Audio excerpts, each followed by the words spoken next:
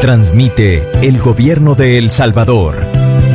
Todos los canales y emisoras deben enlazarse a la cadena nacional de radio y televisión. A continuación se dirigirá al país Su Excelencia el Presidente de la República, Nayib Bukele.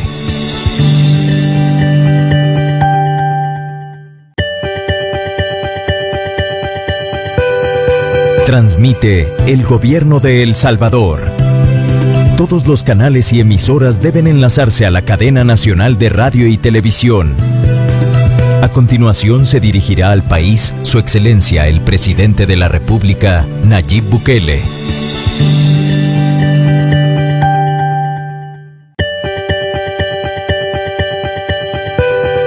Transmite el Gobierno de El Salvador. Todos los canales y emisoras deben enlazarse a la cadena nacional de radio y televisión. A continuación se dirigirá al país Su Excelencia el Presidente de la República, Nayib Bukele.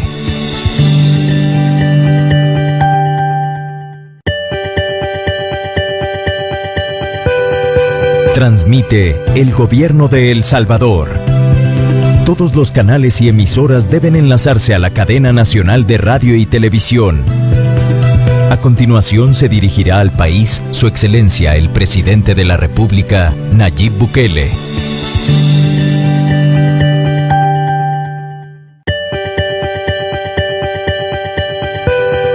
Transmite el Gobierno de El Salvador.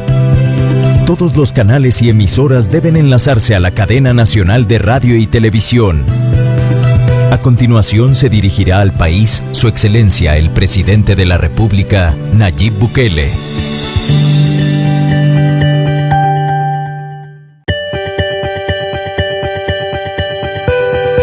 Transmite el Gobierno de El Salvador. Todos los canales y emisoras deben enlazarse a la cadena nacional de radio y televisión.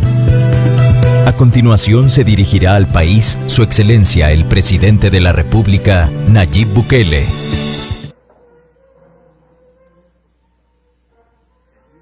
Desde el Salón de Honor de Casa Presidencial, este es el mensaje a la nación del Presidente de la República, Nayib Bukele.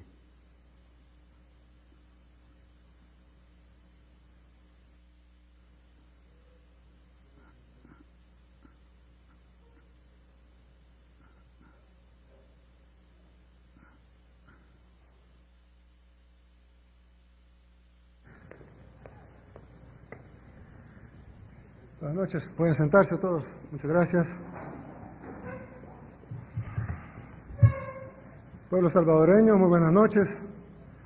Este día hemos convocado a esta cadena nacional de radio y televisión. Un saludo a todos los que nos permiten llegar hasta sus casas y hasta donde quiera que estén, desde su computadora, desde su celular, o en su televisor, o en su radio.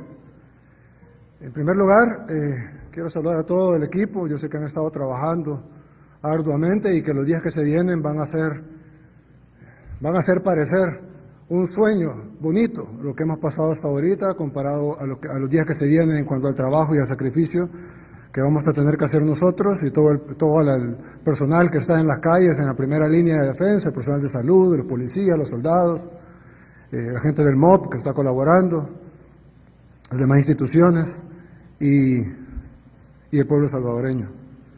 Bien, en primer lugar quisiera contarles los datos de hoy. Este día realizamos 410 pruebas, confirmamos 9 casos más de COVID-19 en El Salvador. Son 4 hombres y 5 mujeres, todos estables, gracias a Dios, todos importados, todos en aislamiento, todos en cuarentena desde el primer día.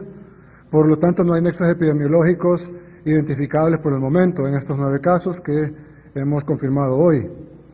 Uno es procedente de Guatemala, uno procedente de Honduras, 2 procedentes de España, 1 procedente de Colombia, 1 de Brasil, 1 de República Dominicana y 2 de Italia.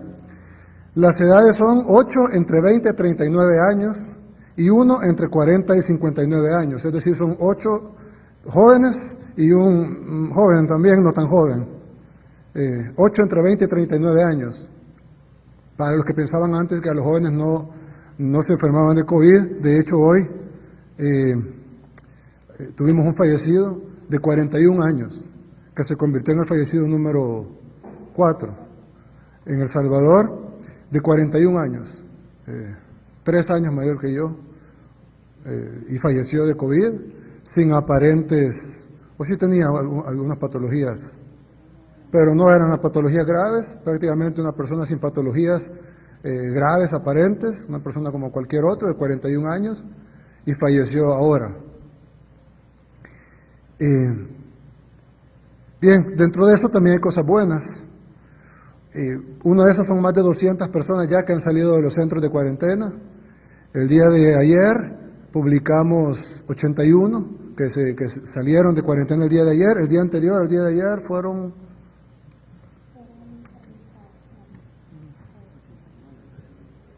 No, 81 fueron ayer, bueno, 70 y algo. Y hoy que salieron... No, hoy salieron de la cuarentena. Cerca de 100 personas, eso haría un promedio de 250 personas más o menos que han salido ya de cuarentena. Esto es una buena noticia porque la gente que sale de cuarentena sale totalmente sana, ya pasó el tiempo en el que podía haber incubado el virus y no lo hizo. Además, se le hizo la prueba de COVID-19 antes de salir, resultó negativa. En algunos casos, cuando hemos sacado a todo el 100% del centro, como ha pasado ya en 2 centros, se han hecho 2 pruebas de COVID para estar seguros y ya se han vaciado básicamente algunos centros, otros no al 100%, pero sí se han sacado algunas personas y eso es una buena noticia. Lo otro es que hoy tuvimos 3 personas más que se curaron. Cuando decimos curados, estamos hablando de personas que estaban enfermas, tenían síntomas, tenían prueba positiva de COVID, se les aplicó los protocolos, se les aplicó el tratamiento y ya están totalmente curados. Al cabo, no solo que ya no tienen síntomas, ya están fuera de peligro, sino que se les hace la prueba y resulta negativa. Para confirmar, hemos hecho 2 veces la prueba para estar seguros que son negativos y que por lo tanto pueden darse de alta. Sin embargo, se les va a dar de alta con 15 días de cuarentena absoluta domiciliar porque por una extra, por tener una precaución extra, pero realmente es gente que ya está curada. Por ahí alguien dijo de que el rango de curados y fallecidos era muy cercano. Esto es un poco de ignorancia del tema. Evidentemente lo que sucede es que es más rápido.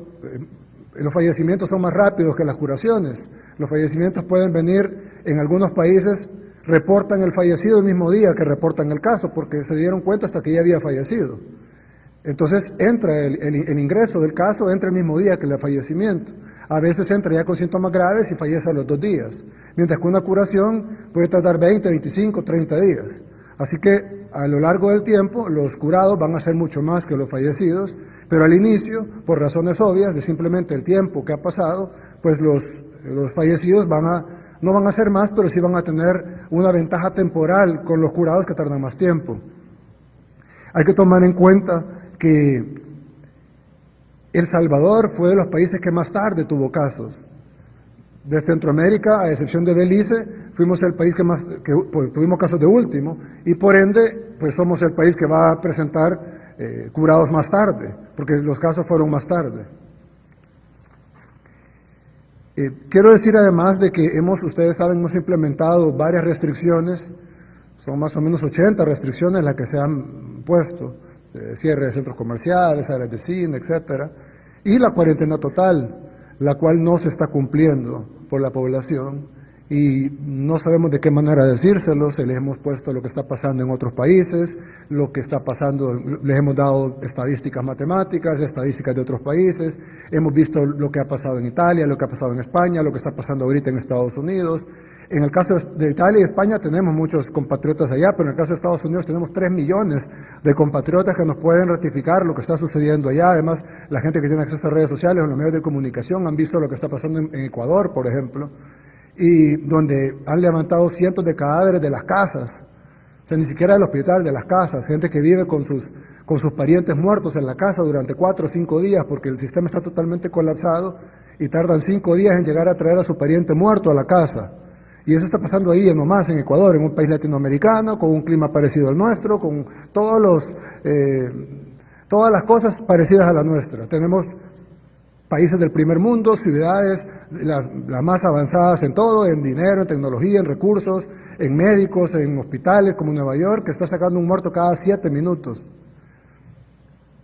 Yo tengo un pariente en Nueva York que falleció en un hospital de Nueva York y los familiares no le dan nada, es decir, le dicen, mire, ahorita todos están en furgones, todos los cadáveres, luego de la pandemia, que no sabemos cuándo va a terminar, vamos a contactarlo, pero ahorita no hay tiempo para atender familiares, no hay tiempo para nada, solo hay tiempo para seguir atendiendo a los que no se van a morir. Y al sacar un paciente, a sacar un muerto cada 7 minutos, ahí no hay, es decir, no sabemos qué patologías previas tenía, no tienen tiempo de hacer esos exámenes. Nosotros todavía estamos a tiempo, pero estamos en ese espejo de ver lo que está pasando en Nueva York y de tratar de evitar de que pase aquí en El Salvador. Sin embargo, lo vimos en Italia, dijimos, bueno, lo vimos en China, dijimos está lejos, lo vimos en Italia, dijimos está lejos, lo vimos en España, ya lo vimos más cerca, hoy lo vemos en Estados Unidos, decimos no, pero ese es el norte, hoy lo vemos en Ecuador y todavía estamos preguntándonos si va a pasar en el resto de Latinoamérica o si va a pasar en El Salvador.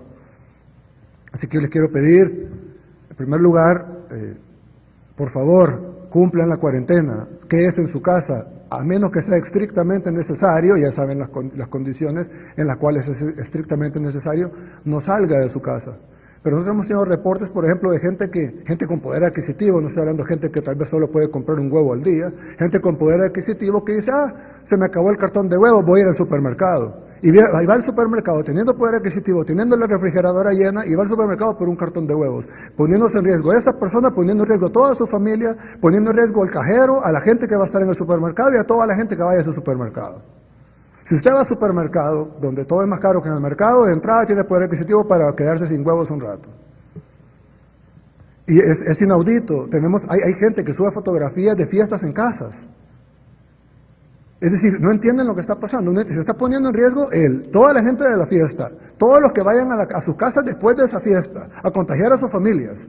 Y luego, esa gente que va a contagiar a otra gente, porque van a ir a la farmacia, van al supermercado, algunos van a trabajar. Es decir, no le tienen amor a la vida. Después vamos a estar como en Ecuador, donde está la gente llorando y dice, tengo 5 familiares muertos adentro, tengo 5 días de estar ahí. La gente tiene que sacar los cadáveres a la calle.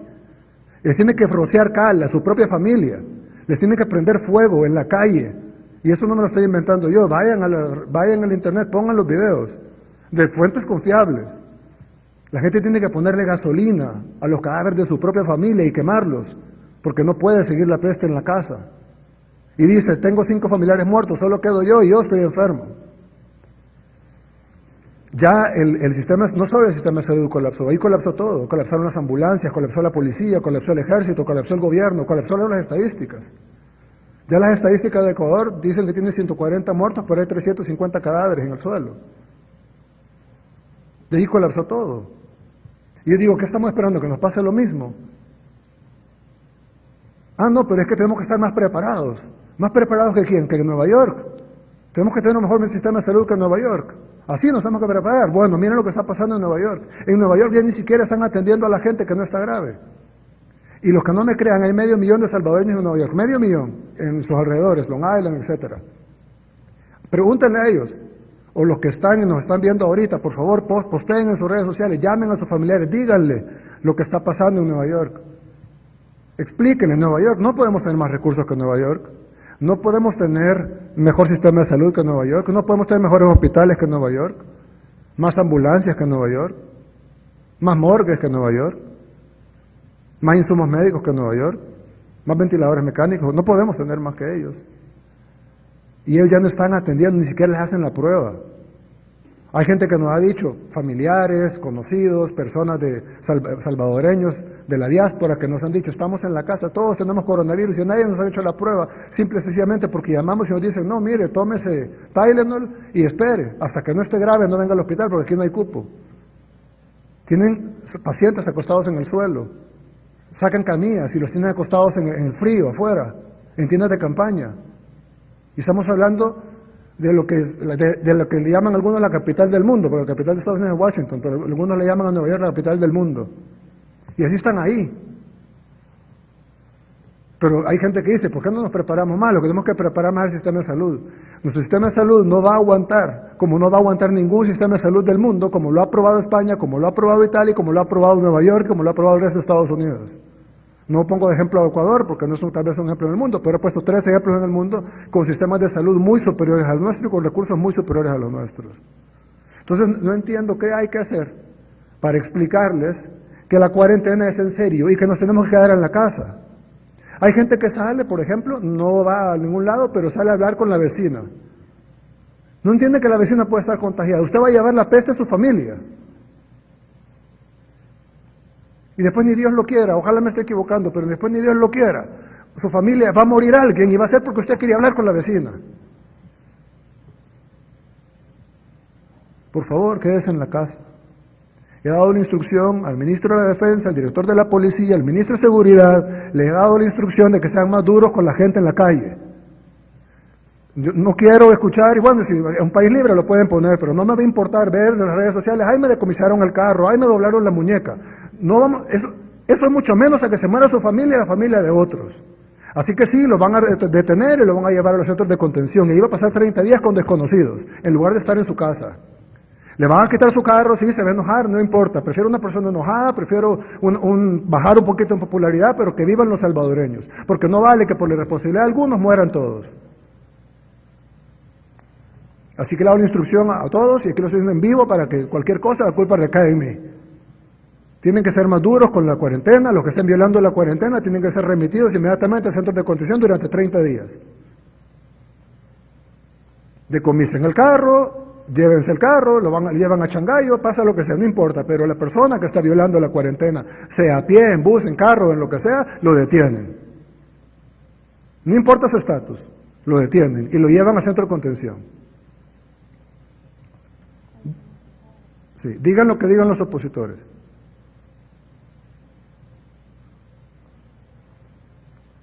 Bien. Ahora, nosotros queremos plantear algo que hemos estado trabajando muy duro, aparte de todo lo demás que ustedes han visto, de construyendo hospitales, reconstruyendo toda la red de salud que se estaba literalmente cayendo. Hemos reconstruido hospitales que prácticamente no servían, estamos adecuando instalaciones que no eran hospitalarias, pero las estamos adecuando para cuidados básicos y cuidados intermedios. Estamos adecuando para cuidados intensivos, ya tenemos más UCIs que las que teníamos ayer. Estamos construyendo en CIFCO, donde vamos a tener 1000 UCIs, 1000 unidades de cuidados intensivos, 10 veces más de las que tenía el país en su totalidad solo en CIFCO. Son 2, algunos se quejan, pero eso se va a tardar. Sí, pero son 2 proyectos.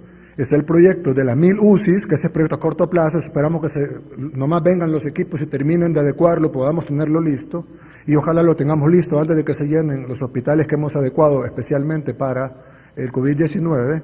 Y este es el proyecto a mediano plazo, que es el que está fuera de CIFCO, que es otro hospital, que lo vamos a conectar, esperando que dentro de 3 meses no hayamos salido de la pandemia o tengamos que seguir curando gente. Y si no, pues vamos a curar gente de otra cosa. Ojalá. Primero Dios y no lo ocupemos. Pero no vamos a dejar de prever el corto plazo, el mediano plazo y el largo plazo. Bien, les quiero mostrar algo, y es de que, vamos a poner, si me pueden poner la gráfica, por favor. Sí, bien, aquí está, como pueden ver, este es el plan de contención que nosotros hicimos en la fase 1. Ahí hay 2 círculos, uno es del mundo y uno es del Salvador. Cuando pongo el mundo, es básicamente lo que el mundo le pasó en la fase 1 y lo que hizo El Salvador en la fase 1. Como ustedes saben, pocos países en el mundo hicieron lo que hizo El Salvador. Eso nos acarrió mucho aplauso de la comunidad internacional, mucha referencia que se tuvo en muchos países que dijeron debimos haber hecho lo que hizo El Salvador o hagamos lo que está haciendo El Salvador. Muchos países hicieron lo que estábamos haciendo nosotros, pero solo para dar un ejemplo, fuimos el primer país del mundo que bloqueó el ingreso de personas que vinieron de China, el primero del mundo. Fuimos el primer país del mundo que bloqueó el ingreso de personas que venían de Corea. Fuimos el primer país del mundo que bloqueó el ingreso de personas que venían de Italia. Fuimos el primer país del mundo que bloqueó el ingreso de personas que venían de Alemania y de Francia. Fuimos el primer país del mundo que bloqueó el ingreso de personas que venían de España. Y fuimos el segundo país del mundo, después de Italia, que declaró que nadie podía entrar al territorio nacional a no ser que no sea un salvadoreño. y que paramos todos los vuelos. Fuimos el segundo, solo después de Italia, que ya estaba con la pandemia total encima. Entonces, esto fue lo que pasó en otro país. Este país puede ser cualquiera, aquí puede ser Estados Unidos, puede ser México, puede ser Costa Rica, puede ser cualquier país. Vienen los vuelos de China, y en el vuelo de China, como no lo cerraron, entran contagiados. Esto es lo que se llama fase 1, que la OMS llama la importación de casos. Viene el vuelo de Corea y ingresa contagiados. Viene el vuelo de Italia, ingresa contagiados. Esto le pasó a Estados Unidos, esto le pasó a casi todos los países del mundo. Viene el vuelo de Alemania, ingresa contagiados. Viene el vuelo de Francia, ingresa contagiados. Viene el vuelo de España, ingresa contagiados. Y eso es lo que pasa en otro país. La fase 1, la fase de importación de casos, se convierte en una fase en donde no se detiene. Los vuelos vienen, y cada vuelo trae contagiados. Y entonces termina la fase 1 con una potencia grande para iniciar la fase 2. Pero nosotros, ¿qué fue lo que pasó en la fase 1? En la fase 1, El Salvador, estaba toda la población sana, evidentemente, al igual que los demás países, pero el día 31 de enero cerramos los vuelos de China, y entonces los vuelos de China, o sea, las personas que vinieran de China, aunque fuera por escalas, no podían ingresar. El día 24 de febrero cerramos los vuelos de Corea del Sur. Ellos tampoco entraron. O sea, la gente que venía de ahí. La gente que venía de Italia también fue el mismo día, el 24 de febrero, lo cerramos. Lo cerramos cuando tenían 1,000 casos. Italia tenía 1,000 casos cuando nosotros cerramos el ingreso de personas que vinieron de Italia. Ahora tienen 132,000 casos en Italia. 132,000. Y nosotros lo cerramos cuando tenían 1,000. Francia, nosotros lo cerramos cuando llegaron a 1,000. Ahorita tienen 98,000 casos. Entonces también cerramos el ingreso de las nacionalidades que tenían más probable infección. Cuando Alemania llegó a 1,000 el mismo día, 7 de marzo, ahora tienen 103,000 casos, pero en ese tiempo tenían 1,000, cerramos el ingreso de personas provenientes de Alemania. Cuando España llegó a 1,000 casos, ahorita tienen 136,000 casos. La probabilidad, 136,000 confirmados, pero cuando tenían 1,000 casos confirmados, nosotros cerramos el 9 de marzo, so pena de perder el vuelo de Iberia, cerramos España y bloqueamos ese ingreso. Pero cuando Estados Unidos llegó a los 1,000 casos, entonces nosotros dijimos, ya es imposible detener esto por nacionalidades, porque si ya está Estados Unidos con toda la influencia que tiene sobre nosotros, pues evidentemente ya hay peligro que vengan de México, que vengan de Guatemala, que vengan de Honduras, que vengan de Nicaragua, que vengan de Costa Rica, porque Estados Unidos se conecta con todo y sobre todo con América, con el continente americano. Entonces, lo que hicimos fue, como pueden venir de casi cualquier lado, ahí está Guatemala, vía terrestre, etcétera, es un ejemplo, Honduras también, etcétera. Lo que decimos fue cerrar todo el país. Y ahí ven el círculo rojo, que ya no es el bloqueo de cada persona que viene de cada país, sino que el bloqueo total de ingreso al país. Y fue lo que hicimos. Entonces, ¿dónde va toda esta gente? Porque la gente siguió viniendo en aviones, es decir, los vuelos siguieron viniendo. Pusimos la cuarentena, pero no cerramos el aeropuerto. Entonces, seguía la gente viniendo, pero la gente se iba a cuarentena. Actualmente tenemos 4,325 personas aisladas en cuarentena en 100 centros. Esta es una logística increíble, hay que tener 4,325 personas dándoles desayuno, almuerzo y cena, tratando de que estén en las mejores condiciones posibles. La mayoría de ellos están en hoteles, tienen internet, tienen cable, tienen buenas condiciones, tienen atención médica. Hay quejas a veces de que la comida no estaba tan rica o que estaba un poco frío el desayuno, pero de verdad es una labor titánica, y lo principal de esto es que estas 4,325 personas, de las cuales sí venían contagiadas, y lo hemos visto en cada día, que por ejemplo hoy, que tuvimos 9 casos, uno de Guatemala, uno de Honduras, 2 de España, uno de Colombia, uno de Brasil, uno de República Dominicana y 2 de Italia, todos fueron agarrados en cuarentena. Si no, esos 9 casos anduvieran afuera, contagiando al resto de la gente. Esto es lo que hicimos. Aparentemente, en un escenario idílico, en un escenario perfecto, que no existe porque somos seres humanos, no entró ningún contagiado al país. ¿Cuál es el problema? Nada es perfecto. ¿Y entonces qué pasa? Por ejemplo, mucha gente que venía de España decidió ir a Guatemala, como el salvadoreño es vivo, ¿verdad? Listo. Decidió ir a Guatemala y meterse con el DUI. Entonces nosotros no lo podíamos traquear porque como le revisábamos el pasaporte en el aeropuerto, pero si se venía vía Guatemala, venía con el DUI. Entonces con el DUI, con el CA4, podía pasar y nadie le revisaba el pasaporte. Entonces se nos metió gente vía Guatemala y vía Honduras que venían de España, que venían de Italia, etcétera. También se nos metió gente en los puntos ciegos, que esa es otra evidencia, y que todos los días entra gente en puntos ciegos. Algunos los agarramos en los puntos ciegos, algunos los agarramos gracias a las denuncias ciudadanas, y les pedimos que hagan denuncias ciudadanas de la gente que está infiltrándose a través de puntos ciegos, y también se nos da, como en el caso de la bandera de Estados Unidos, que se nos da que hay gente que entró horas antes del cierre, y que probablemente venía contagiada. Porque si cerramos a las 7 de la noche y entró a las 5 de la tarde, evidentemente no hay mucha diferencia en eso, y ahí pues entró. Ahí en ese caso es legal, no es como los otros dos casos que son ilegales, en este caso es totalmente legal, es válido, pero es peligroso. Entonces ahí se metieron algunos contagiados. Ahí para ejemplo pusimos 3, ¿verdad? Uno representante de los que entraron por DUI, otro en los puntos ciegos, y otro representante de los que entraron vía horas antes de los cierres. Entonces tenemos un número de contagiados pequeño comparado a los demás países del mundo, pero así iniciamos nuestra fase 2. La gran diferencia es que el mundo inicia su fase 2 así. Y El Salvador, esto es representativo, evidentemente estamos hablando de millones de personas, y El Salvador inicia su fase 2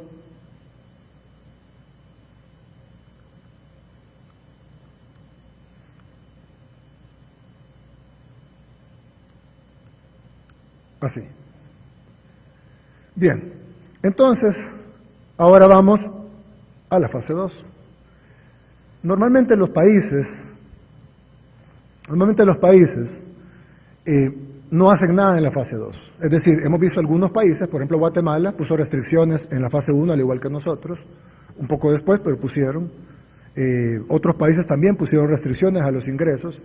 Muchos países, me atrevería a decir, tarde o temprano pusieron alguna restricción en la fase 1. Hay países que no lo hicieron, de hecho todavía, caso de México o Nicaragua, no tienen ninguna restricción. Pero la mayoría de países pusieron algún tipo de restricción de fase 1.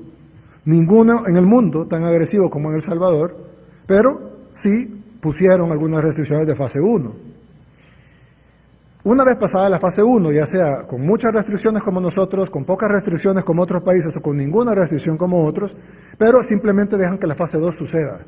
La fase 2 es lo que llamamos la transmisión comunitaria. Es decir, Juan está contaminado porque vino de un país, vino de Italia, y Juan le va a pasar el virus a su familia, a sus amigos, a sus compañeros de trabajo, a su equipo de fútbol, etc. Entonces es lo que se llama transmisión comunitaria. ¿Qué han hecho todos los países en la fase 2? Esperar.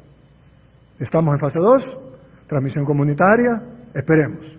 La gente se empieza a contagiar, al rango de 15 días más o menos empiezan los brotes fuertes, empiezan a llegar la gente al hospital, empiezan a tener 100 casos, 200, 400, 800, 1000, 2000, 4000, y entonces los hospitales se desbordan, empieza a morir gente, no da abasto, el sistema de salud colapsa, y eso es lo que ya en la fase 3, cuando ya es una epidemia generalizada. Y cuando colapsa, que es la fase 4. Pero nadie hace nada en la fase 2. Hizo un poco Singapur, hizo un poco Japón, pero casi nadie hace nada en la fase 2. Entonces, nosotros hemos decidido hacer algo en la fase 2 y hemos diseñado un plan que sí hemos tomado información de muchos países, hemos tomado información de cosas que se han hecho en Singapur. Por ejemplo, de hecho el martes tenemos una teleconferencia con el ministro de Salud de Singapur. Hemos tomado varias información de otros países, lo que han hecho bien, lo que han hecho mal, y hemos diseñado un plan que es un plan salvadoreño, es único, de verdad nadie lo está haciendo así. Creemos que puede ser replicado por otros países, si esto se ejecuta bien, y eso va a requerir el apoyo de la población, si no va a ser imposible, pero creemos que este plan, así como fuimos líderes en el mundo en la fase 1, queremos ser líderes en el mundo en la fase 2. ¿Y cómo podemos combatir la fase 2?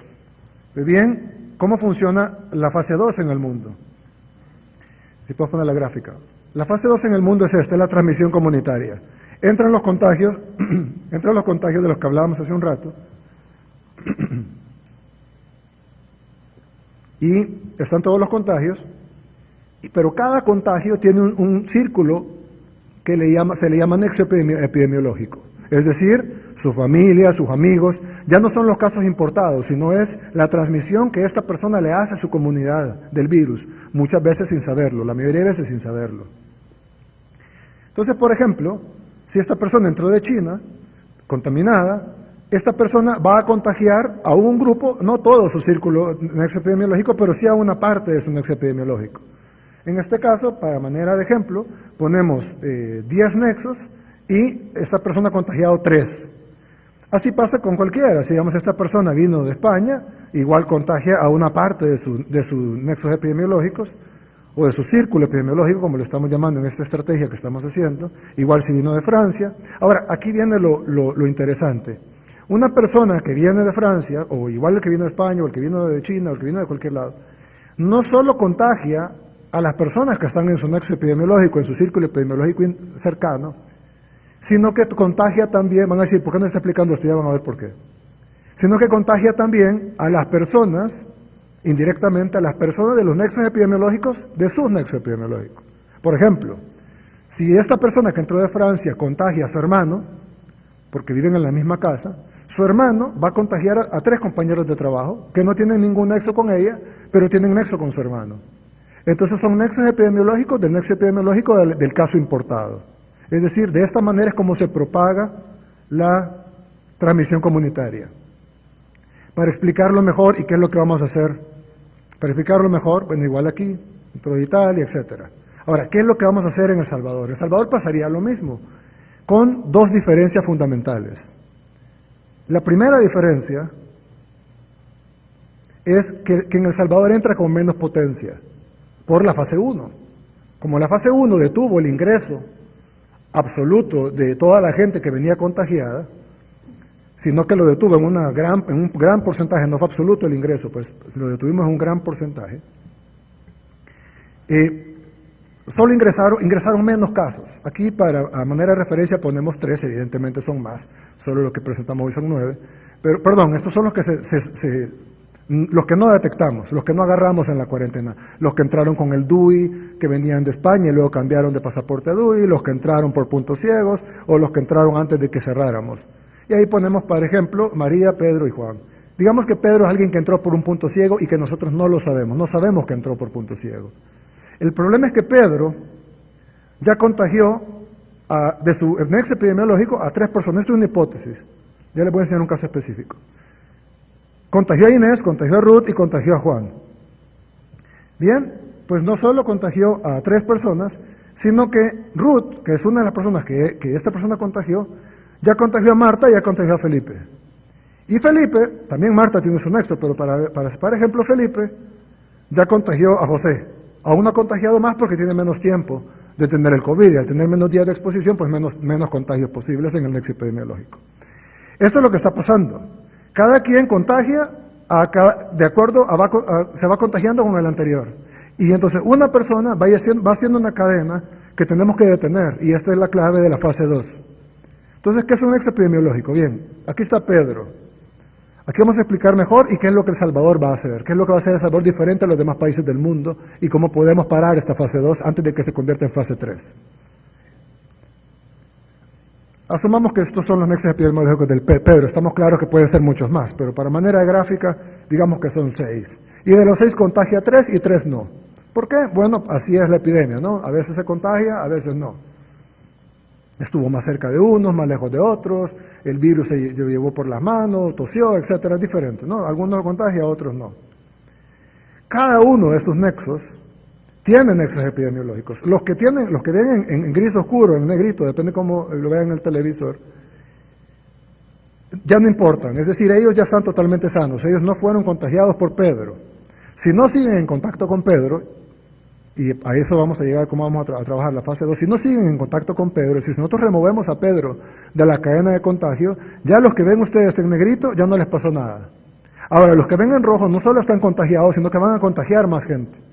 De sus nexos epidemiológicos van a contagiar algunos, como el caso del primero, contagia a 2 de 4, por decir, el segundo contagia a 1 de 4, el tercero no contagia a nadie porque tuvieron suerte sus nexos. Cada uno de los que no son contagiados, pues ahí queda, no son contagiados. Pero los que sí son contagiados contagian a más, y así sucesivamente hasta que llega el punto donde ya el nexo es muy lejano y muy nuevo y no contagian a los últimos. Pero todas esas personas que ustedes ven ahí, que las subrayo ahí con un círculo rojo encima, todas fueron contagiadas por el ingreso del punto ciego de Pedro. Ahora, esto que estoy mostrando aquí es un demo, puede ser 10 veces más que esto, causado por el ingreso del punto ciego de Pedro. Ahora bien, ¿qué es lo que podemos hacer nosotros? Si nosotros vamos a buscar a Pedro, de ahora en adelante, era lo que no estábamos haciendo antes, de hecho teníamos 2 días de estarlo haciendo, hay alguna gente que ya lo sabe por experiencia propia. Ahora vamos a buscar a Pedro. Vamos a ir a los hospitales, vamos a preguntar quiénes tienen enfermedades respiratorias. El Salvador siempre ha tenido muchas neumonías. Vamos a hacerle pulmonías, broncoespasmos, tos, gripe. Vamos a hacerle exámenes a todos. Por eso hemos más que duplicado las pruebas y queremos llegarles a 1000 diarias. Entonces vamos a hacer 1000 pruebas diarias y ahí vamos a encontrar a Pedro, al que no teníamos. Que entró por punto ciego, que se contagió, no importa, vamos a encontrar a Pedro. Por la razón que sea, tiene COVID-19. Y de los nexos epidemiológicos de Pedro, que los vimos en la página anterior, como ustedes pueden ver, directamente a Pedro, vamos a quitar los anteriores, directamente a Pedro, son 3 los que están contagiados y 3 los que no están contagiados, pero nosotros no sabemos quiénes son. Entonces, ¿qué es lo que tenemos que hacer ahora? Nosotros tenemos que ir por los nexos epidemiológicos de Pedro. Entonces va a llegar el Ministerio de Salud con el apoyo de la Policía y la Fuerza Armada y le va a decir a la persona, mire, disculpe, tenemos que llevarlo a un cuarto de cuidado. Un cuarto de cuidado es un cuarto de un hotel de muy buena calidad, no voy a decir los nombres por evidentes razones, pero de excelente calidad. Los cuartos de los hoteles son mejores que el 99% de los cuartos donde están durmiendo ahorita. Tienen cable, tienen internet, tienen 3 tiempos de comida al día, baño propio, etcétera. Van a estar en la mejor condición posible. ¿Y por qué? Porque de estos 6 no sabemos, aquí en la presentación sabemos que hay 3 contagiados y 3 que no, pero en la realidad no sabemos quiénes tienen COVID y quiénes no. Entonces, la FAES, la PNC y el Ministerio de Salud juntos van a llevar a los 6. Pedro ya está en el hospital o ya está en el cuarto de cuidado, depende de su gravedad. Pero los nexos epidemiológicos los vamos a llevar a un cuarto de cuidado a una cuarentena de 5 días. 5 días. ¿Por qué 5 días? Porque las pruebas nuevas que tenemos dicen que se puede detectar en casi un 100% de veracidad a los 5 días. Sumado a los días anteriores que tuve en contacto con Pedro. No necesariamente el contacto fue en el minuto antes que lo llegamos a traer. Pero tenemos los 5 días más lo demás que es adicional. Lo vamos a llevar a un cuarto de cuidado en excelentes condiciones, con internet, teléfono, cable, en total contacto con su familia, baño propio, etcétera. 3 tiempos de comida, solo 5 días. En esos 5 días, no es para que muestre síntomas, porque probablemente no va a mostrar síntomas en 5 días. Esos 5 días son lo suficientes para que el virus esté suficientemente incubado como para que la prueba lo detecte. Entonces ahí le practicamos la prueba de COVID-19. Y ahí, como sabíamos en la presentación que habían 3 sanos y 3 con COVID, los 3 sanos se enviarían a cuarentena a casa, porque están negativos en la prueba de COVID después de los 5 días de estar en el cuarto de cuidado, se regresan a su casa a los 5 días, o en el 6º día, pues, después de los 5 días. Y de los que están enfermos, aquí ponemos un caso hipotético, uno iría a un hospital, porque está grave, digamos, o tiene ya síntomas graves, y los otros 2 que no tienen síntomas o tienen síntomas demasiado suaves, irían a cuartos de cuidado. En la mayoría de países del mundo, las personas van a su casa a pasar el COVID. ¿Cuál es el problema con enviar a la gente a la casa con COVID-19, como hacen todos los países del mundo? Que en la casa va a contagiar a su familia, y su familia va a contagiar a los demás. Entonces, si nosotros enviamos a una persona que no tiene ningún problema y probablemente no necesite mayor tratamiento médico que Tylenol o paracetamol y algún otro suero, algún medicamento antitusivo, etcétera, el problema es de que esa persona suelta, aunque esté en su casa, va a contagiar a su mamá, a su papá, a sus hermanos, etcétera, y al final va a morir alguien de esa familia. Porque si se enferman 7 o 8 de esa familia, probablemente muera alguien de esa familia. Entonces, para evitar eso, esa persona la vamos a tener en un cuarto de cuidado hasta que se cure. Cuando su prueba de COVID salga negativa, entonces va a regresar a su casa, así como los curados, como los demás curados, y también nos va a servir para poder dar el tratamiento inmediatamente y que no le sorprenda, así como mucha gente tiene que estar con los síntomas, en Nueva York, por ejemplo, tiene que estar con los síntomas en su casa y hasta que se está ahogando llama y tal vez ya es muy tarde para salvarlo. En este caso, al estar en un cuarto de cuidado, va a estar monitoreado, va a tener medicamentos suaves, va a tener medicamentos profilácticos y si necesita tratamiento lo va a tener inmediatamente. Para esto, hemos adecuado 2 hospitales con atención del mejor nivel, que es el Hospital Nuevo del Seguro Social en San Miguel y el Hospital de Matepec aquí en el área metropolitana. Estos hospitales van a atender con el mejor nivel posible. El Hospital Saldaña, que es el que habíamos estado utilizando, nuestro objetivo es cerrarlo para remodelarlo totalmente, ya que ya le hemos remodelado varios pabellones, pero queremos remodelarlo totalmente, mientras la capacidad de estos 2 hospitales grandes es suficiente. Si una vez se desborden estos 2 hospitales, ya tendríamos el Saldaña totalmente nuevo, con equipamiento nuevo, totalmente remodelado, sin los problemas que tiene actualmente, de poder aislar, etcétera. O sea, no sería un hospital cayéndose, pues. Necesitamos tenerlo de primera para poder atender ahí. Mientras tanto, vamos a atender en 2 hospitales con atención de primera, y una vez se llenen esos 2 hospitales, vamos a tener listo el nuevo Hospital Saldaña, no el actual. Con esto que les estoy mostrando aquí, vamos a poder detener la fase 2. Y al detener la fase 2, no sé si decirlo de esta manera, pero es probable que no tengamos fase 3. Es decir, en todo el mundo, la fase 3 es simplemente una cuestión de tiempo. La fase 1 viene, ya sea rápida, como pasó en el resto de países del mundo, o ya sea despacio, como pasó en nuestro país, pero viene. La fase 2 también viene, porque la gente transmite la enfermedad, pero no toca nada más que esperar y prepararse para la fase 3. Y en la fase 3 solo hay 2 cosas que se pueden hacer. La cuarentena general, toque de queda, si se quiere hacer más dura, y la atención en salud.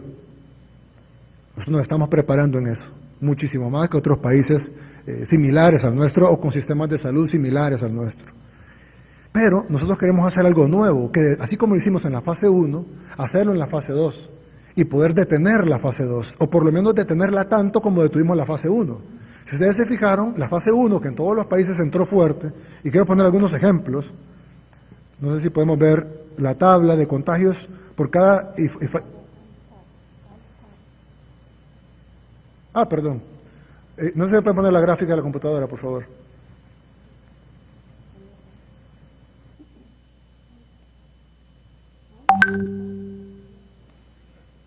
No, ahí está. Entonces, en la fase 3... perdón.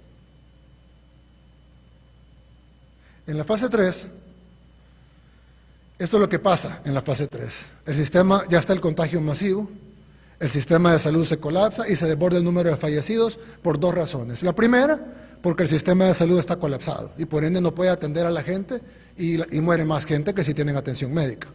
La segunda es porque simple y sencillamente es matemática. Al haber más contagiados, pues hay más fallecidos. Y entonces se desbordan no solo los hospitales, sino que se desbordan las morgues, se desbordan los cementerios, se desborda todo. Y más gente sufre. No solo por la enfermedad, sino por su ser querido fallecido.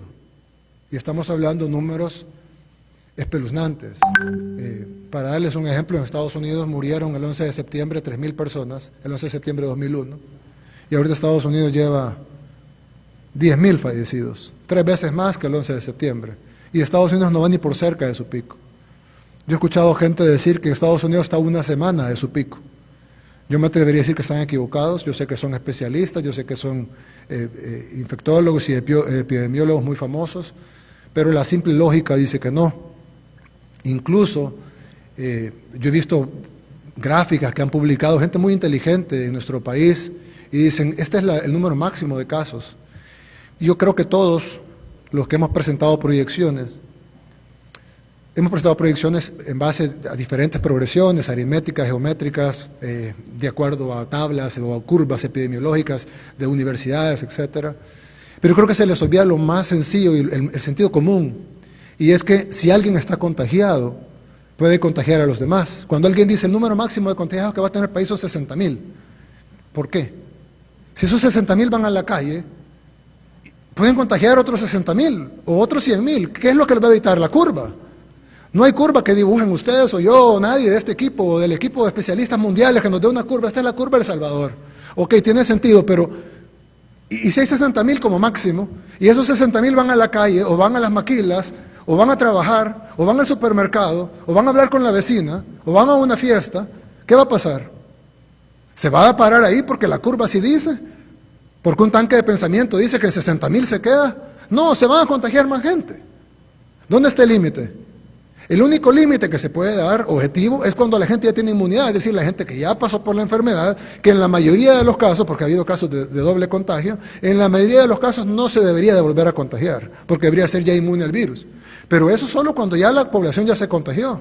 ¿Cuál es el problema? Que si queremos contagiar al 70, 80% de la población, como ha dicho el gobierno de Alemania, como ha dicho el gobierno de Ecuador, o como ha dicho varios gobiernos, estamos hablando de millones de salvadoreños contagiados. Y si le ponemos una tasa de mortalidad del 3%, por ejemplo, estamos hablando de cientos de miles de salvadoreños muertos, más que toda la guerra civil junta. 12 años de guerra civil, más que 30 años de pandillas y de delincuencia junta, en unos meses. Si no hacemos nada. No hay ninguna curva que alguien pueda dibujar, ni que la dibuje nadie, ningún especialista que traigamos del mundo va a dibujar una curva que evite que las 60,000 contagiados salgan a la calle y no contagien a otros 60,000. Y que esos 120,000 no contagien a otros 120,000. Usemos el sentido común. Bien.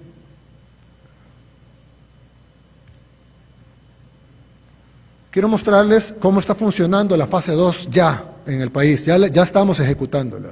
Se la comento porque tienen que estar informados, tienen que saber lo que el gobierno está haciendo y además porque necesitamos su colaboración para que esto funcione. La única forma que seamos el único país que ya tenga la fase 2 es con la colaboración de todos ustedes. Esto ya es real, lo otro es hipotético, lo otro es la estrategia. Este es un caso ya real. Bien, esto es lo que hemos formado, es el equipo interdisciplinario de contención epidemiológica. Esto es un equipo nuevo, que es interdisciplinario, está formado por el Ministerio de Salud, el Instituto Salvadoreño del Seguro Social, la CEL, el INJUVE, la Policía Nacional Civil, la Fuerza Armada, el Ministerio de Justicia y Seguridad, la Migración, Obras Públicas, Transporte, Turismo. Van a decir, ¿por qué turismo? Porque esto consigue los hoteles, que son los centros de contención, y los centros de los cuartos de cuidado que vamos a tener ahora, el Ministerio de Gobernación, Protección Civil y el Ministerio de Medio Ambiente, sobre todo por su cuarto de crisis. Entonces, ¿qué hacemos? Primero, tenemos la persona infectada, de las que descubrimos con las pruebas que estamos haciendo y los que vamos a descubrir con el incremento de pruebas. Entonces, tenemos el perfil de la persona infectada. Lo ubicamos y hacemos un levantamiento geográfico de la residencia del paciente. Buscamos una línea de contagio, establecemos los contactos inmediatos, descartamos la línea de contagio de personal médico, establecemos nexos secundarios y la ejecución de los traslados a los centros de contención, porque realmente son cuartos de cuidado en este caso, porque es gente que no ha violado ninguna ley, simplemente ha estado en contacto con un paciente positivo, una persona infectada, y entonces ponemos este caso. ¿Cómo hicimos? Esta es una persona real. Obviamente no damos el nombre ni nada, pero es una persona de sexo masculino, 85 años, de Usulután, etc. Bien, esta persona se establece una cadena de contagio. Él ingresó por el vuelo 872 de Delta Airlines con su hija y su nieto. Su hija y su nieto se vuelven el paciente local. Él se desplaza a Jucuapa, llegamos nosotros a la casa del paciente, el paciente presenta dificultad respiratoria, pero como pueden ver, en su desplazamiento del día que vino al día que representa la dificultad respiratoria, pasan 6 días. 6 días en los que muy probablemente contagió a varios miembros de su familia. Entonces lo ingresan a una clínica privada acompañado de su hija ese mismo día.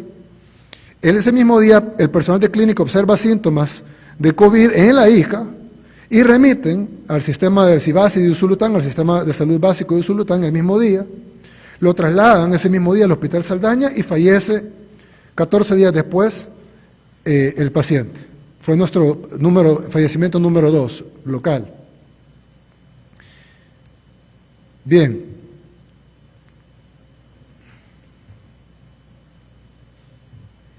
El paciente, el nexo epidemiológico, el paciente primario, que es la hija, tenemos sus nexos comunitarios, los que lo atendieron médicamente y el vuelo en el que vino. En ese vuelo venían 67 personas.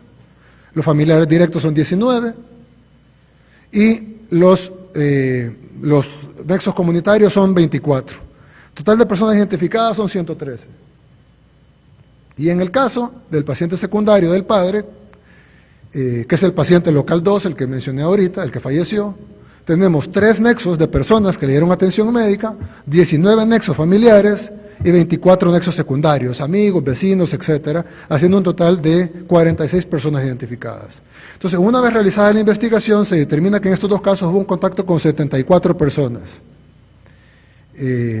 Familiares, personal médico, el vuelo, etcétera.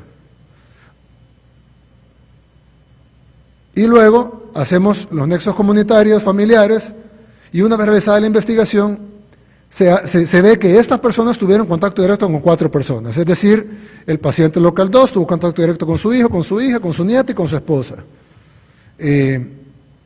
Los que están en rojo son los que fue el paciente local que falleció, los que están en anaranjado son los que estaban en cuarentena en el Hospital Saldaña y los que están en celeste son los que están en cuarentena en el cuarto de cuidado. A estas personas se les va a correr pruebas para establecer los contactos secundarios. Y una vez realizada la investigación, se determina que no hubo contacto directo con estas personas, los contactos de atención médica, más los contactos del vuelo, que son las 67 personas. La gente que no descendió del avión y los que permanecieron en el país. Los que permanecen en el país, de los 67, ya 63 se fueron a traer a sus viviendas y se llevaron a los cuartos de cuidado, y 4 están en proceso de ubicación. Esos 63 van a pasar 5 días en cuarentena, en hoteles, se les va a hacer las pruebas de COVID. Si de esos 67 salen, por decir algo, 64 negativas, van a ir a su casa, a cuarentena domiciliar. Y si salen 3 positivas, pues eso se va a determinar su estado. Si están bien, se mantienen en cuarto de cuidado para que no contagie a nadie y para tener una mejor supervisión médica de él. Y las personas que estén con síntomas más graves, pues se envían al hospital a tener la mejor atención posible. Y se ubica todo, se visita la residencia, se buscan las casas aledañas, los vehículos, etcétera. La zona de influencia, en el caso de Usulután. Y entonces, algunas valoraciones, el caso se mantiene en nexo epidemiológico foráneo, el protocolo establecido, bajo riesgo por parte del personal de clínica privada por tener totalidad de equipo de protección, el entorno rural y las medidas preliminares otorgadas y acatadas hace un menor riesgo de exposición que en un entorno urbano, el personal de Delta Airlines no descendió del avión, el monitoreo de la ubicación de las 6 casas de familia está siendo realizado por el personal de MinSal y de la PNC, y se ha identificado un total de personas del vuelo 872 de Delta Airlines para la aplicación del protocolo de aislamiento y pruebas. Bien, estos son algunos de los nexos que hemos sacado de los pacientes, de los 6 pacientes locales. Evidentemente es diferente con los pacientes importados. En los pacientes locales, y a medida vayamos encontrando más, hemos encontrado 8 personas en el caso del paciente 1, 74 personas en el caso del paciente 2 por el vuelo, el vuelo de la hija, 6 personas en el caso del paciente local 3 y 4, 0 personas en el caso del paciente 5 que no tuvo contactos, aparentemente, y 10 contactos en el caso del paciente 6 que son contactos asintomáticos y se les va a hacer la prueba. Bien, lo que quiero decir con todo esto es que si nosotros logramos hacer esto, vamos a lograr agarrar al 100% de personas que tengan contactos. Ahora alguien va a decir, bueno, pero ¿qué tal si se les escapa a alguien? ¿Qué tal si esta persona también visitó a un amigo y se le olvidó, o fue a una fiesta y contagió a otras 3 personas? Bien, estas personas también van a presentar alguna patología en algún momento, van a llegar a un hospital, a una unidad de salud, a una clínica privada, a un hospital privado, a un hospital público, o al Seguro Social, o van a llamar al 132, y vamos a poder identificar los nexos de esta persona y los nexos de esta persona. Es un poco complicado, traté de explicarlo lo mejor posible, pero la importancia es que vamos a agarrar no solo los nexos, sino los nexos de los nexos y los nexos de los nexos de los nexos de cada paciente que se vaya presentando en pruebas masivas que vamos a hacer. Y de esa manera queremos ralentizar el crecimiento de la fase 2, a manera que no lleguemos, primero Dios, es casi imposible decirlo porque todos los países del mundo están entrando o esperando la fase 3, pero tal vez, primero Dios, haciéndolo bien con el apoyo de la población, el apoyo absoluto de la población y el respeto de la cuarentena, que también ralentice el crecimiento de la fase 2, pudiéramos detener la fase 2 o mantenernos ahí y no pasar a la fase 3, que es el contagio masivo, que es lo que no queremos, y mucho menos la 4, que es el desbordamiento de todo el sistema de salud. Ahora, yo quiero hacer una acotación. Han habido muchos errores, estamos trabajando por arreglarlos, no somos perfectos, hay gente que dice no se dejan ayudar, Dios, nos hemos dejado ayudar, nos han ayudado todos los países, gracias a toda la gente que nos ha ayudado, creo que somos de los países que más ayuda recibimos. Novartis nos seleccionó para uno de los pocos países que recibe los tratamientos de hidroxicloroquina gratuitos de parte de ellos. Ya va a venir el primer cargamento de 55,000 dosis, nos van a dar 55,000 dosis mensuales regaladas. Aparte de eso hemos comprado 1 millón de dosis. Hemos recibido apoyo de Estados Unidos, apoyo de China, apoyo de Singapur, apoyo de tantos países, de Cuba, de demasiados países y de empresas, ONGs, la empresa privada local, la gran mayoría de empresas privadas locales, los medios de comunicación, epidemiólogos locales, extranjeros, de la OMS, de la OPS, doctor Garzón, que ha sido excelente con nosotros, de la OEA, es decir, hemos recibido el apoyo y invitamos a los que quieran apoyar a que apoyen. Sin embargo, quiero que hagamos un poco el comparativo de algunos países y nosotros. Hay una tabla, aquí está. Oh, perdón. Hay una tabla. Es un poco injusto a veces cuando dicen Estados Unidos tiene 367,000 casos. Si me voy a poner la pantalla de la computadora. Dicen, Estados Unidos tiene 367,000 casos. Sí, pero Estados Unidos también tiene 327 millones de habitantes. Entonces, yo creo que es justo, cuando establecemos los casos,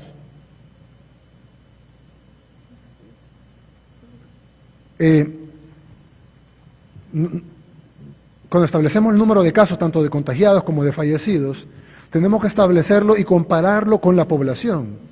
No es lo mismo 300,000 casos en Estados Unidos, que representa el 0.1% de su población, a 300,000 casos en El Salvador, que representarían el 5%, el 4% de la población. Es diferente. Entonces, tenemos el número total de fallecidos por país y tenemos el número total de contagiados por país.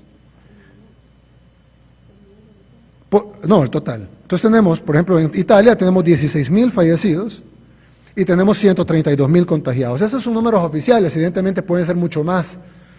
Caso de Estados Unidos, familiares míos que ni siquiera les han podido tomar la prueba porque los hospitales están desbordados, conocidos, gente de la diáspora que nos ha comentado esto, pero todos los países tienen sus limitaciones, el dato que podemos tomar es el oficial.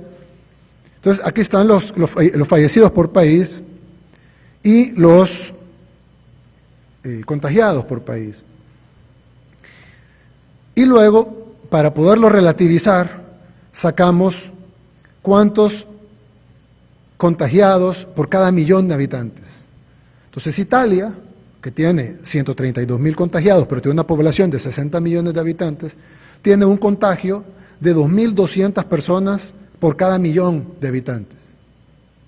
O sea, por cada millón de personas en Italia hay 2.200 contagiados. Estados Unidos, aunque tiene muchos más contagiados que Italia, tiene menos contagiados por cada millón de habitantes. Evidentemente este número es más creciente en Estados Unidos que en Italia y probablemente lo sobrepase, pero hoy por hoy Estados Unidos tiene 1.113 contagiados por cada millón de habitantes. Alemania tiene 1.260 contagiados por cada millón de habitantes. España tiene 2.900 contagiados por cada millón de habitantes. Francia tiene 1.462 contagiados por cada millón de habitantes. Costa Rica tiene 93 contagiados por cada millón de habitantes. Panamá tiene 525 contagiados por cada millón de habitantes y El Salvador tiene 9.8 contagiados por cada millón de habitantes. ¿Habrá algún país que estará mejor que nosotros? Sin duda. Muy probablemente hay otros países que presentan mejores cifras, pero simplemente porque no están midiendo, como el caso de Nicaragua, por ejemplo.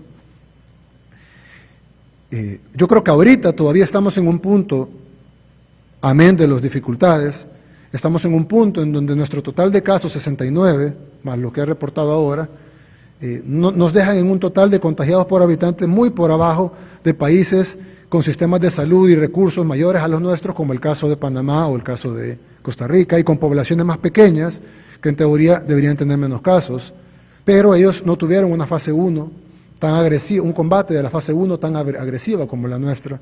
Y es por eso que nosotros ahora que iniciamos con una base menor, tenemos 9.8 versus 525 versus 93 versus 1400, etcétera, si aplicamos lo que queremos aplicar en la fase 2, vamos a poder tener una contención de la fase 2 que nadie está haciendo. No lo está haciendo Panamá, no lo está haciendo Costa Rica, no lo está haciendo Francia, no lo está haciendo España. Ellos solo están haciendo la cuarentena, que nosotros la estamos haciendo también, aunque ellos tal vez la están haciendo mejor que nosotros, pero no estarán haciendo este plan que nosotros estamos haciendo para detener la fase 2.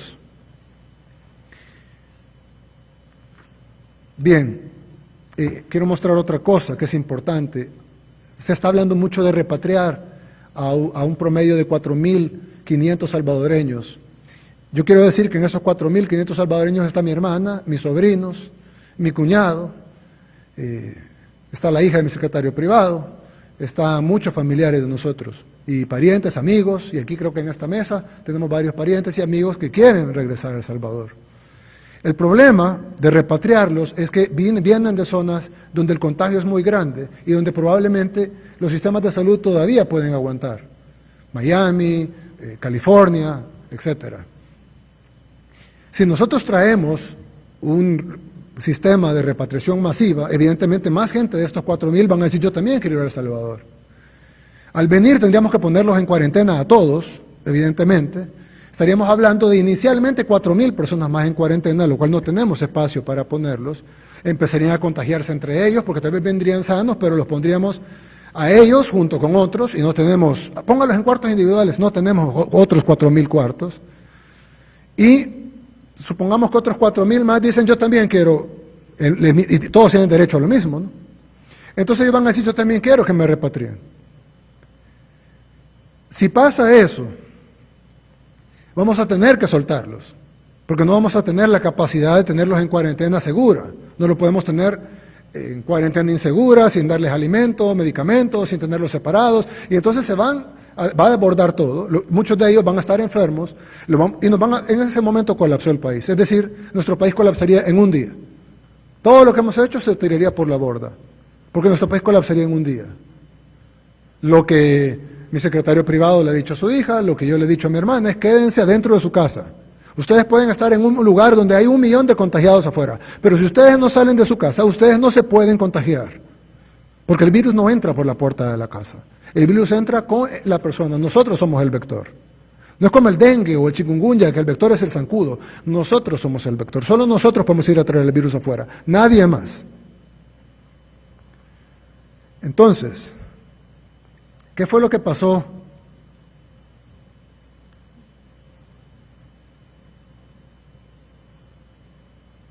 ¿Es el mismo o es otro? ¿O es otro? Perdón.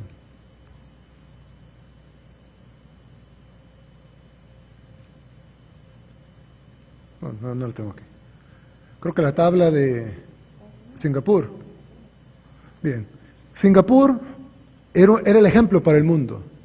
En Singapur, todo el mundo, incluso nosotros, de hecho hemos tenido comunicación con ellos y el mismo ministro nos va a ayudar. Creo que Singapur fue el que manejó mejor, siendo un país cercano y con mucho contacto comercial y turístico y de todo tipo con China.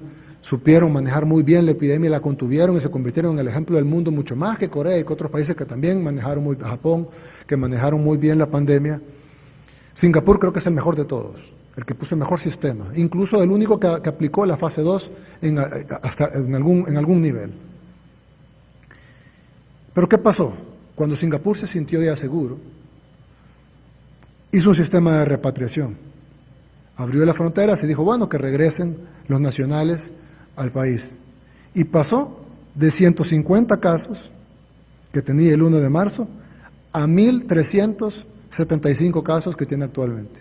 Y ahorita Singapur está imponiendo toques de queda porque tienen que parar la pandemia antes de que el sistema de salud del país que mejor había manejado esto colapse. ¿Por qué? Porque como lo dije hace un rato, las curvas existen por la acción humana. Si todos nos quedamos en casa, evidentemente la curva va a bajar. Pero no es que bajó porque el virus va a dejar de atacar, es simplemente porque si yo estoy lejos del otro o estoy en mi casa y no veo al otro, no lo puedo contagiar. Pero en el momento que se sueltan las restricciones, en ese momento inician los contagios de nuevo. Mientras el mundo no encuentre una cura o una vacuna, no hay forma de parar el virus más que con contención. No hay otra. No hay otra. Por más que los países hagan sistemas y bajen la curva y dicen, bueno, vamos a ir abriendo poco a poco. Lo único que hacen es abrir poco a poco la ventana al virus. No hay forma de detenerlo porque el virus es demasiado contagioso. Si ven aquí todos tienen mascarilla, menos yo porque estoy hablando. Y hay gente que decían antes, no usen las mascarillas porque el virus es tan pequeño que sobrepasa los poros de la mascarilla. Solo las N95 no sobrepasan el poro de la mascarilla. Entonces de nada sirve, el virus tiene tal tamaño y es muy pequeño y el poro de todas las demás mascarillas quirúrgicas y no se diga de tela, etcétera, no funcionan. Pero ahora los científicos dicen, ¿saben qué? Todas sirven de algo, porque si bien el virus es más pequeño que el poro, el virus es transportado en su mayoría por pequeñas microgotitas de saliva, que son las que transportan el virus y esas sí son detenidas por las mascarillas. Pero si bien el virus puede pasar por el poro, la gota no. Entonces, ahorita que yo estoy hablando, pues nadie me va escupiendo. Pero si pusieran una máquina especial, vieran las microgotitas saliendo de mi boca. Si yo tengo una mascarilla, aunque sea de tela, una bufanda, o una mascarilla quirúrgica, como le cantan a muchos, o una N95, que es mejor, pero cualquier mascarilla, es más, con solo hacer esto, ya una gran cantidad de microgotitas se detiene y la probabilidad de pasárselo al que está enfrente mía, máxime si esa persona también tiene una mascarilla, se reduce. Y cualquier cosa que reduzca la probabilidad de contagio es mejor que nada. Ahora, lo mejor es quedarse en casa. Pero si tengo que salir, es que no puedo porque tengo que salir. Bueno, revise realmente si tiene que salir. Porque si puede evitarlo, créame que está cuidando la vida suya y de su familia. Ahora, si no puede y tiene que salir, pues por lo menos salga con algo que cubra su boca y su nariz. Es mejor que nada. Si solo tiene tela, yo creo que cualquier salvadoreño puede disponer de un pedazo de tela, lávelo bien y si es posible hágale 2 o 3 capas. Entre más capas tenga, más probabilidad de que detenga las microgotitas, tanto que usted va a expulsar como que la gente va a tirarle y eso va a evitar su contagio, va a evitar el contagio de los demás y va a evitar el contagio de su familia y al final el contagio del pueblo salvadoreño. Quiero decir una cosa muy importante. Hoy en la mañana tuvimos una pequeña manifestación de algún personal de salud en el hospital de Amatepec de Lis que se quejaba de la falta de insumos. Yo pregunté, me dijeron que había insumos suficientes. Igual mandé a ver sus insumos porque igual había que estar seguro.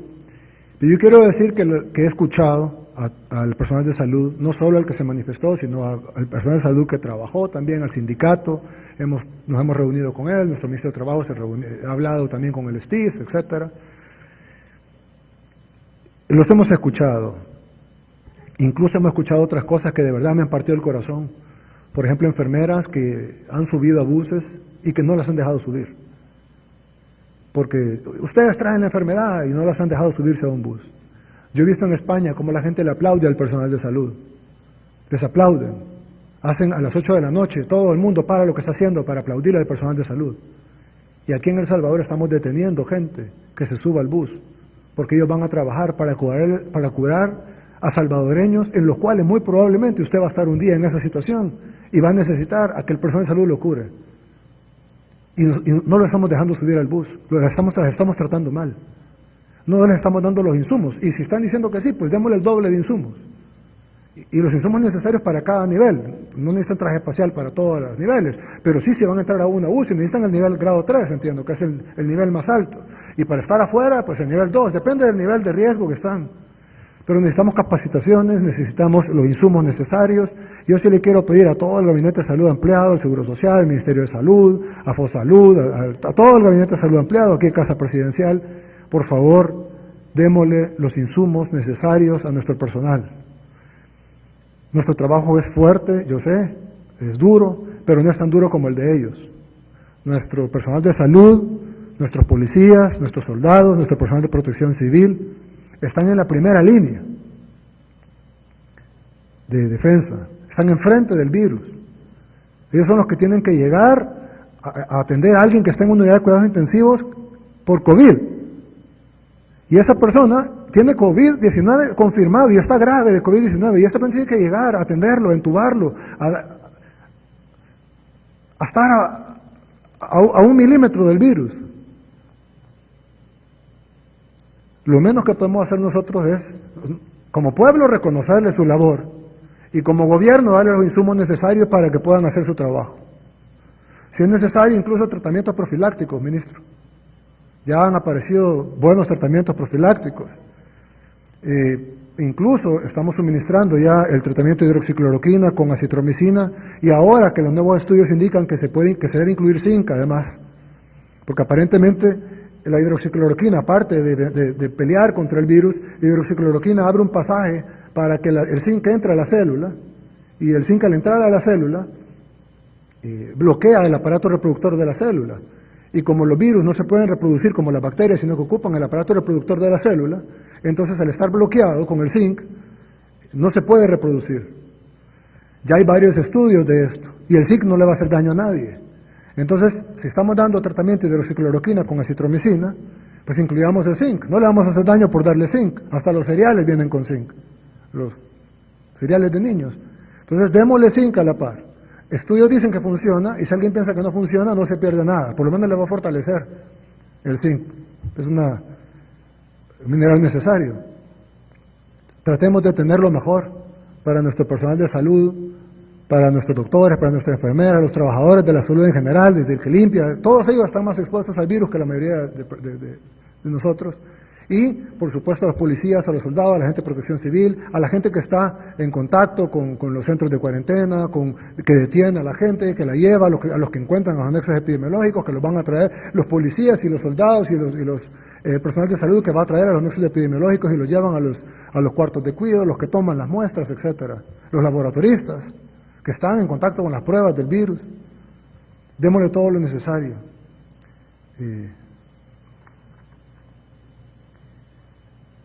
Yo quiero darles ese agradecimiento a todos los que están en la primera línea de defensa, en nombre del pueblo salvadoreño. No puedo darles más que todo mi corazón y mi agradecimiento y reconocerles. Y creo que esta pandemia nos va a hacer pensar mejor, como pueblo, como país, realmente en qué nivel debemos de poner la salud. Muchas veces hemos priorizado otras cosas que tienen mucho menor importancia que la salud y no priorizamos las cosas que realmente necesitamos hasta que la vemos enfrente, hasta que de verdad las necesitamos. Yo veo en cuánto tiempo estamos remodelando los hospitales y digo, Dios, ¿cómo fue que no lo hicimos antes? Yo sé que tenemos poco tiempo en el gobierno y que hubo 40, 50 años, 100 años que no lo hicieron, pero ¿por qué no lo hicimos nosotros antes? Ahora tenemos que estar corriendo, remodelando los hospitales, construyendo hospitales en 2 meses. Pero ¿por qué no priorizamos eso antes? Creo que nos debe servir a todos como una reflexión de que la salud debe ser lo primero. Lo otro le quiero pedir de verdad. Yo sé que al pueblo salvadoreño la mejor forma de detenerlo no es ni siquiera nuestra estrategia de la fase 2. Es que ustedes se queden en casa. Y si tienen que salir, que sea estrictamente necesario y que practiquen la más absoluta distancia social posible. De verdad, no lo tome como un juego, no se cree inteligente porque se escapó y logró ir a la casa de un amigo a celebrar. Probablemente usted va a llevar la muerte a su familia. No vale la pena. Quedémonos en casa. También desde este momento quiero extender 15 días más. Hagan el decreto ejecutivo necesario, creo que sería el decreto ejecutivo 18. En la rama de salud, para extender por 15 días más la cuarentena nacional obligatoria. Las restricciones son las mismas, pero vamos a ser mucho más duros en que se cumplan. Y le quiero pedir al pueblo salvadoreño, por favor, no nos dejen solos en esta lucha, no dejen toda la carga en el gobierno, no porque el gobierno no tenga que trabajar, porque no, claro que sí, nosotros vamos a trabajar todo lo posible, pero es que son ustedes los que de verdad pueden detener esto. Es tan fácil como quedarse en casa, y si tiene que salir porque se enfermó su mascota y tiene que llevar al veterinario, porque se siente mal y tiene que ir al hospital, o porque tiene que ir a comprar comida, porque de verdad no tiene otra cosa que comer, no porque se le acabó una cosa de la refrigeradora y tiene otras 30, de verdad porque no tiene que comer y tiene que ir a comprar un huevo y un par de tortillas, de verdad porque tiene que hacer algo, practique el máximo distanciamiento social posible. Si es posible, cámbiese de ropa, nomás llegue a su casa. Lávese las manos. Si no tiene agua y jabón, usa alcohol gel. Trate de hacer lo mayor posible. Salga con mascarilla. No se acerque a la gente que no tiene que acercarse. Si va a cobrar el subsidio económico que está dando el gobierno, mantenga la distancia social. ¿Por qué tiene que estar pegado si puede estar a 2 metros? No lleve la muerte a su casa. No queremos más muertos. Probablemente lo vamos a tener, pero si luchamos en la fase 2, a no llegar a la fase 3, a ser el único país en el mundo que no llega a la fase 3, vamos a haber salvado no decenas, cientos de miles de vidas de salvadoreños. ¿Saben lo que significa eso? Significa no tener una segunda guerra civil en meses, no tener una segunda 30 años de violencia apretados en meses, no tener ese sufrimiento tan grande de perder a sus familiares, o lo que está pasando en Ecuador, de tener a sus familiares muertos en la sala de su casa durante días, porque el sistema está colapsado. Lo podemos detener ahorita. Yo sé que la mayoría del país está viendo esta cadena, y los que no la están viendo serán muy pocos y se lo podrán decir al de la par o al que no lo está viendo, al que se fue a dormir. Díganle, por favor, detengamos esto, pero detengámoslo nosotros. Y por último, quiero decirles que los que creemos en Dios, pidámosle a Dios, oremos. Estoy seguro que la oración tiene poder, estoy seguro que Dios será el que al final detenga esta pandemia, tanto en el mundo como en El Salvador. Y oremos por el mundo, oremos por nuestro país, oremos por nuestros seres queridos, oremos porque funcione el plan del gobierno. Porque si funciona esto, vamos a salvar la vida de nosotros y de nuestros seres queridos. Los que seamos creyentes, orémosle a Dios y pidámosle por nuestro país. Muchas gracias y pasen buenas noches. Desde el Salón de Honor de Casa Presidencial, este fue el mensaje a la nación del presidente de la República, Nayib Bukele. Transmitió el Gobierno de El Salvador. Agradecemos a los medios de comunicación por enlazarse a la cadena nacional de radio y televisión.